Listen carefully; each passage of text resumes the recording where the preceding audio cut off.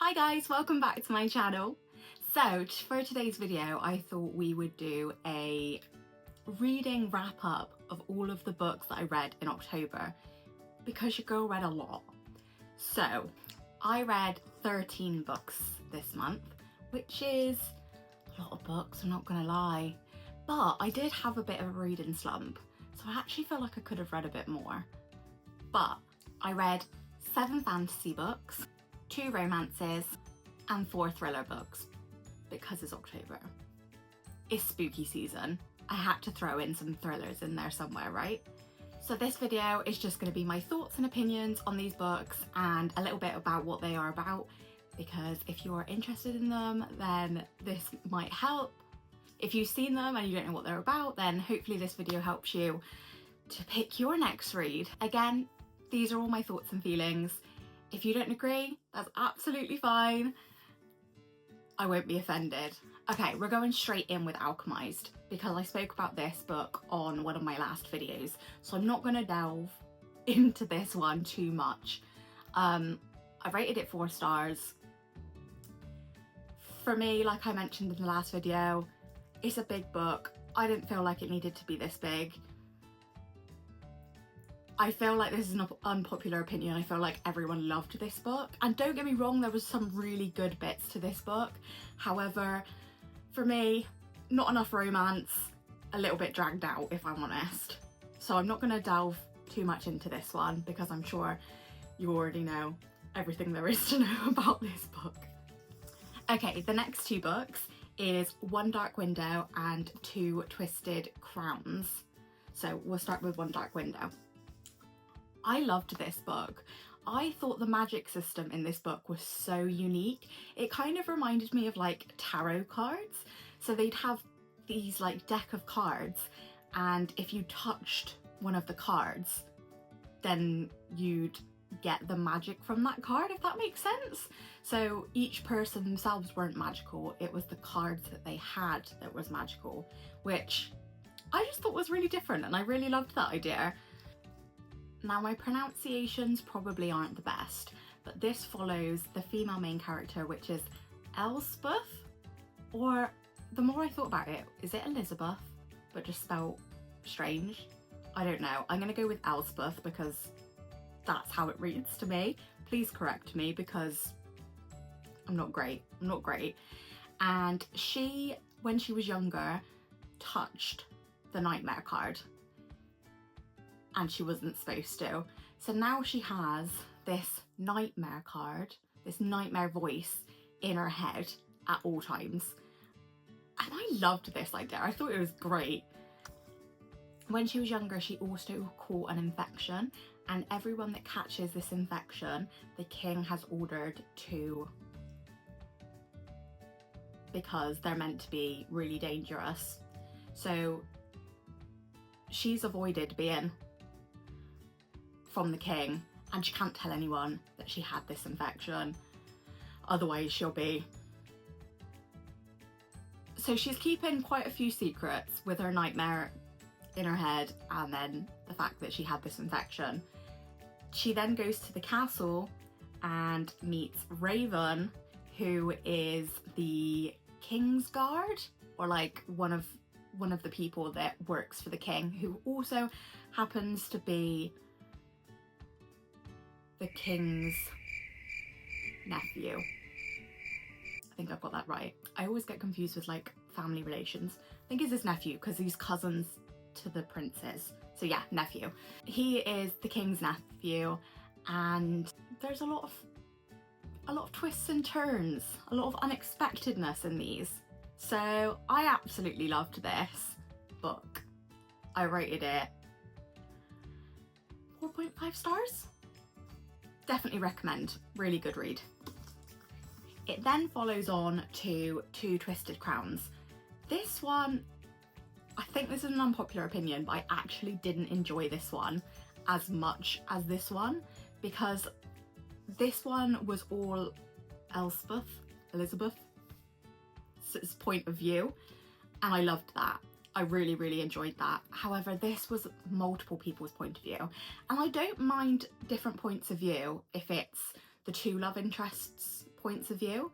So like it goes from Elspeth to Raven, but this one had nearly everyone's point of view in it, and I don't know, I just wasn't the biggest fan.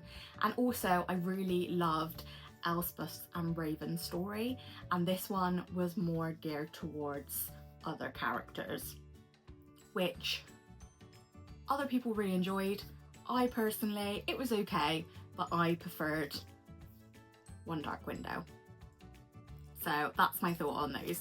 Okay, should we go away from fantasy for a second? Let's go with Hidden Pictures. I had a lot of high hopes for this book because I've seen a lot of people talking about it. However, as much as I enjoyed it, and I did really enjoy it to be fair, it wasn't as good as I was expecting it to be because of other people's opinions, which I find really annoying because I feel like when someone hypes something up so much, you have such a high expectation that it's going to be incredible, that when it's not to the standard that you were thinking, it kind of makes it feel like it's a bad book, but it's not a bad book, it's just not as good as I was hoping. This follows the female main character, Mallory, and she previously had an addiction and she has currently been sober for 1.5 years, and she has now got a new job as a nanny for a 5-year-old called Teddy. So she goes and lives in Teddy's house, although they've set her up like a apartment in their back garden. So she kind of lives in like this like done up shed, I guess. That makes it sound really horrible. It sounds really cute in the book, like with a little bedroom space, a little kitchen space, a little like ensuite bathroom. Sounds really cute. When she starts working with Teddy, she notices that he really likes to draw, and he draws pictures kind of like this. Like, he's a 5-year-old, so his pictures are very 5-year-old-ish, and then his pictures turn creepy, which a bit like this. And she's like, what on earth is going on here? And it's kind of, she's trying to work out why he's drawing these pictures. And I don't want to give too much away because obviously it's a thriller, so it's got lots of like plot twists and unexpected things. So I don't want to give too much away, but she's working with this 5-year-old. He's a bit strange. He's acting a bit strange. He's drawing these weird things, and she's trying to understand why and what's going on. Definitely enjoyed this one. It was definitely a good read. Definitely recommend. Okay, going back to fantasy. The next books that I read was Bride and Mate. So I'll start with Bride. So I've read a few books by Ali Hazelwood now, and I've really enjoyed them, and I've heard such good things about this duology, so I was really excited. Although I don't know if it is a duology or there's meant to be more books. Not sure. So this follows the female main character, Misery. Not sure how I feel about that name, if I'm honest with you. But Misery is a vampire, and she lives in a world where the world is split into 3 categories. So you've got the vampires, the werewolves, and then the humans. So Misery has always lived with the humans as a sort of peace making between the humans and the vampires. Her friend then goes missing, and she believes it has something to do with the werewolves. So when her dad says that she's going to get married to the werewolf alpha, she's like, okay. So they're trying to form an alliance between the vampires and the werewolves, and that is how they're going to form the alliance, with her becoming the alpha's bride. She then moves in with the werewolves, and she is trying to just find her friend, basically. And then, yeah, I'm not going to say much more than that. That is the gist of the story. I really enjoyed this, actually. I mean, don't get me wrong, it wasn't the best fantasy book I've ever read in my whole life, but I couldn't put it down. So I did enjoy it, don't get me wrong. It just wasn't, I don't know, it wasn't ACOTAR level, you know? It was just an easy read for me. I really enjoyed this one. And then Mate follows from Bride. And Mate is about Misery's friend Serena, who went missing. So this is Serena's story, and I don't want to say too much about this one because it'd give away stuff that happens in this one, but this is Serena's story, and I didn't really enjoy this one, guys. There was a lot of like banter between the female main character and the male main character. Again, I'm not going to explain too much because I don't want to give away things that happen in the first book, but there was a lot of banter and I just found it a bit awkward. It just wasn't my kind of banter and I cringed a little bit, but it was still okay. I just enjoyed Bride more than I did Mate, so take that what you will. Okay, we'll go on to a romance next. We're really switching it up here, guys. I read People Watching by Hannah Boehm Young. This is my first ever book by her, and I've actually got Out of the Woods as well, but I haven't read this one yet. I've only read this one, and I didn't like it, guys. I thought it was a bit cringy. Do you know what? It was okay. It was an easy read, but it was cringy. So this follows Prudence, who is the female main character, and then the male main character is Milo. Prudence has lived in her small town for her whole life, and she is currently looking after her mum, who has got dementia? Alzheimer's. Her mum's got Alzheimer's, so she is currently living at home with her dad, trying to help her mum, who has got Alzheimer's.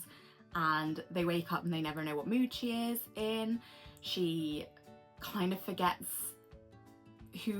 where they are, what year it is, and she thinks that she's a lot younger than she is.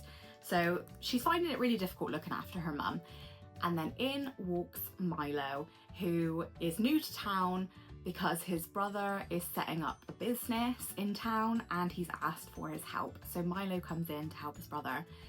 They obviously meet, Prudence and Milo, and they originally form a friendship, but then Prudence asks Milo if he can help her in a relationship, if you know what I mean. I don't know, I just thought it was a bit cringy.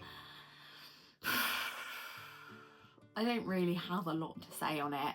Again, it was an easy read. There was some bits that I really enjoyed in this book, but some of it was a bit cringy for me. So, okay, another thriller. This is my first book by Riley Sager, and it is The Only One Left. I heard such good things about this. I love going into thrillers completely blind because I love being shocked. I love not knowing what's going to happen. So again, I went in completely blind, which I would 100% recommend. So if you want to do that, then feel free to skip this little section. So this follows the female main character, Kit, who has got a new job looking after Lenora Hope. And Lenora Hope, how do I explain it? Lenora Hope has been rumoured to have killed her family in her family house when she was, I think she was 18. Kids have wrote like scary stories about her. There's a lot about Lenora Hope and that she's crazy and scary and she goes around killing her family. But Kit really needs this job. So she's like, okay, we can just put that aside. Like, she might not have even done it. She wasn't convicted of it. She might not have even done it. So she goes to look after Lenora. I won't say anything more on this book because I don't think I've ever read a thriller book with this many like plot twists. There was plot twists till the last page. Like, it was crazy. I loved this book. I absolutely loved it. And it really made me excited about Riley Sager because the only thriller author that I've ever really properly got into, although I haven't read a lot of thrillers, so I don't know if I'm the best judge of character here, but it's Frida McFadden. I absolutely love Frida McFadden. Other than, you know I'm not good with names, guys. Other than Jason Rekulak? Can you see? Jason Rekulak? Definitely butchered that, I'm so sorry, Jason. This is my first intro to Riley Sager, and I thought this is going to be one of my new favourite thriller authors, definitely. So I read 2 more of them. So the next one I read was The House Across the Lake. And this caught my eye straight away because I thought the cover was so interesting. So this one follows Casey Fletcher, her, I don't know if it was her boyfriend, her late husband, yeah. When her husband passes away, she's not handling life very well. She kind of goes off the rails a little bit, and her mum insists that she goes to the family lake house to de-stress, mourn, you know, to just have a peaceful life for a bit. Because she's also a famous actress, so everything she does gets put in the media. So her mum's like, go to the lake house, you'll be away from paparazzi, just have a bit of time to get yourself back together. So Casey is staying at her family lake house, which also has, I think, 6 other lake houses around the lake. She discovers that there is a new couple that has moved in on the lake called Catherine and Tom. And she gets quite friendly with Catherine, and then all of a sudden Catherine goes missing. And she's trying to work out what happened to Catherine. Was it Tom? Was it someone else? Is she alive? Is she just gone into hiding, needed a bit of space? No one really knows. I did enjoy this book, however, it wasn't my favourite. It wasn't as good as I was hoping it to be, which is a shame. And I felt like the plot twist was, I don't know, I was a bit disappointed. It was a bit unrealistic. And I know that thriller books aren't really the most realistic anyway, but this kind of, I don't know, it kind of let me down a little bit. So it was okay. And then I went on to Survive the Night, and I realised maybe I was a bit optimistic saying that Riley Sager was going to be my next favourite author, thriller author, thanks to this book, because this one, it was a bit predictable, guys. This follows a student called Charlie who, her roommate and best friend passes away, well, gets murdered, and she is done with uni. She is done with uni, she can't concentrate, her friend's just got murdered. She's like, I need to leave, I need to go home. So she manages to catch a lift with another student called Josh. She doesn't know Josh, but she puts up a leaflet and he replies to the leaflet. So she gets a lift with Josh, and the whole book is about the lift. So it's one, well, Survive the Night is literally about one night. And I don't know, it was average. I got through it. I never TBR book, to be honest with you, so I will read anything. But it wasn't my favourite, which is a shame, because I really thought Riley Sager was going to be my new favourite thriller author, but I don't know. I'm not sure. But if you've read any of the Riley Sager books, then please let me know your thoughts and let me know if there is any other books that were really good in your opinion, and I will definitely give them a go, because as I said, I really enjoyed The Only One Left, so I still have high hopes. Going back to fantasy, The Ex-Hex by Erin Sterling.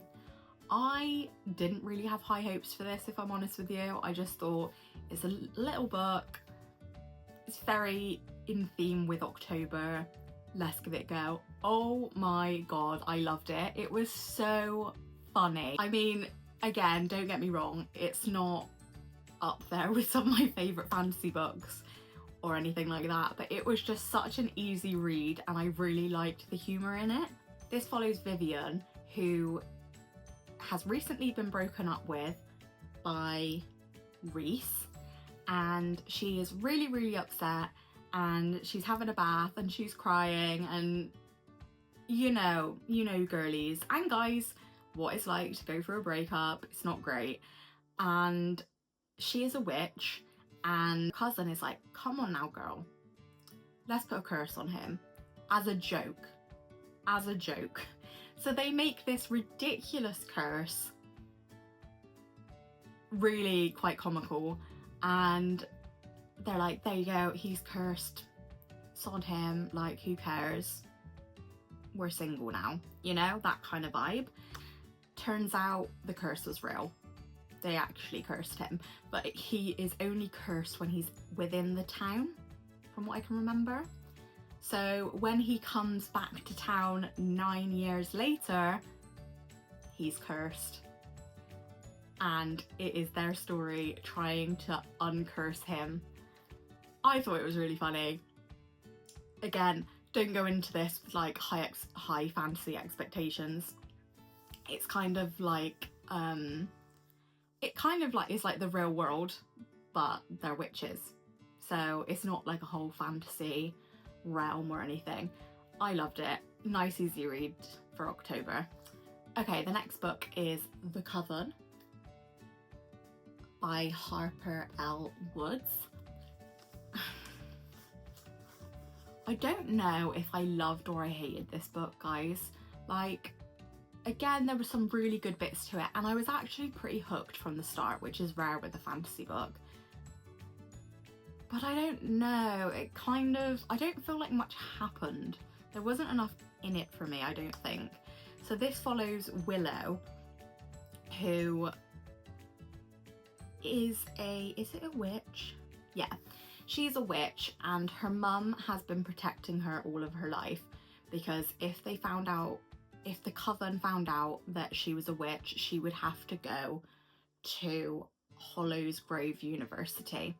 And her mum didn't want her going there because her mum had been there previously and it wasn't a good place.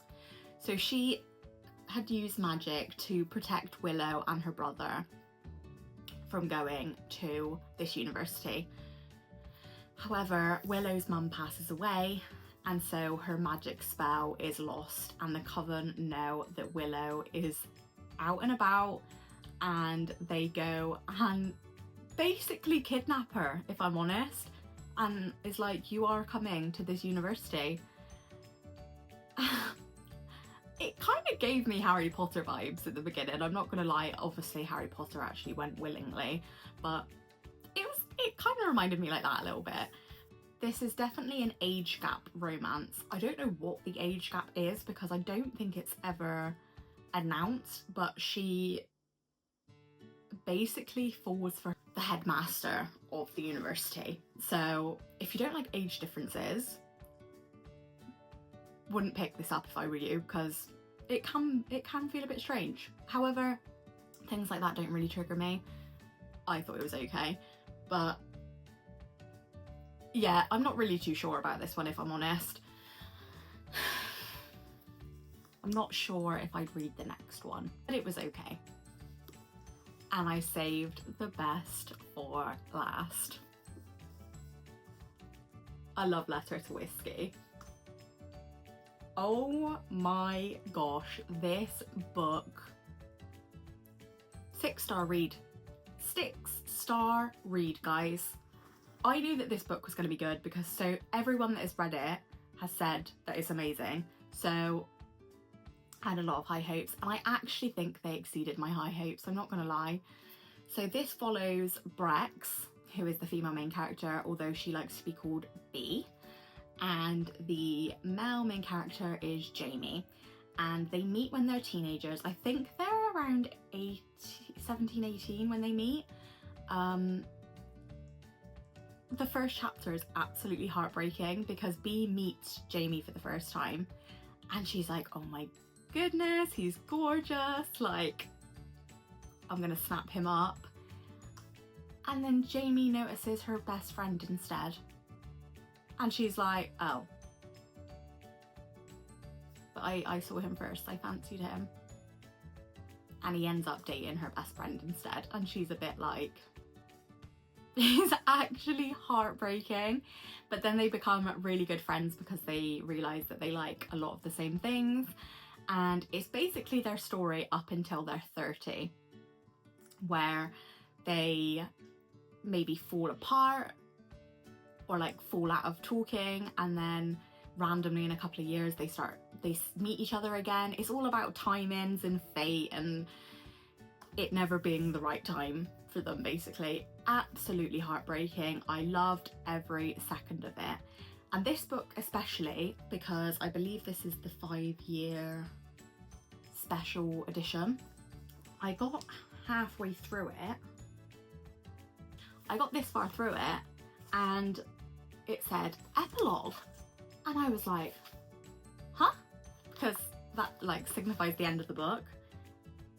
And then it says a note from the author. Again, what's all this then?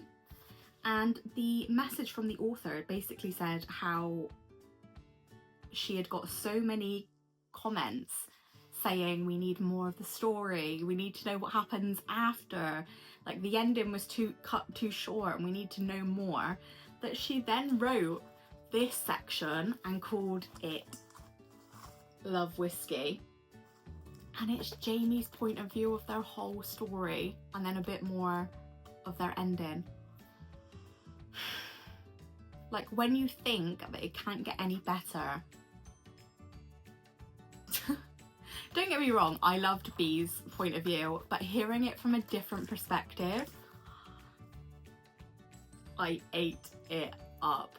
I absolutely loved it. So the reason it's called A Love Letter to Whiskey is because B compares Jamie to whiskey and like being her addiction, and that like she's like an alcoholic because she loves whiskey. And I loved this reference, and the reference is through the whole book, and I absolutely loved it. If you're a romance person, please go and pick this up because this was one of the best romance books that I've ever read. It was so good, and I'd 100%. Oh, it's one of those books that I wish I could read again for the first time. Don't you hate that when you wish that you could read something for the first time again, because you read something again but you already know everything that's going to happen. I absolutely loved it. So there we have it. That was all the books that I read in October, which was quite a lot of fantasy, to be fair. But I have a lot of new fantasy books that I've received I've received as pre-orders, so I've got a lot to get through in all fairness. But yeah, that was my thoughts on the books that I read. I hope this helps you in any way, and if you do read any of the books or you have read any of the books that I mentioned, then please let me know your thoughts on them. And also, if you have read any books that you think that I would absolutely love based on my reviews of these books, then let me know. Bye guys.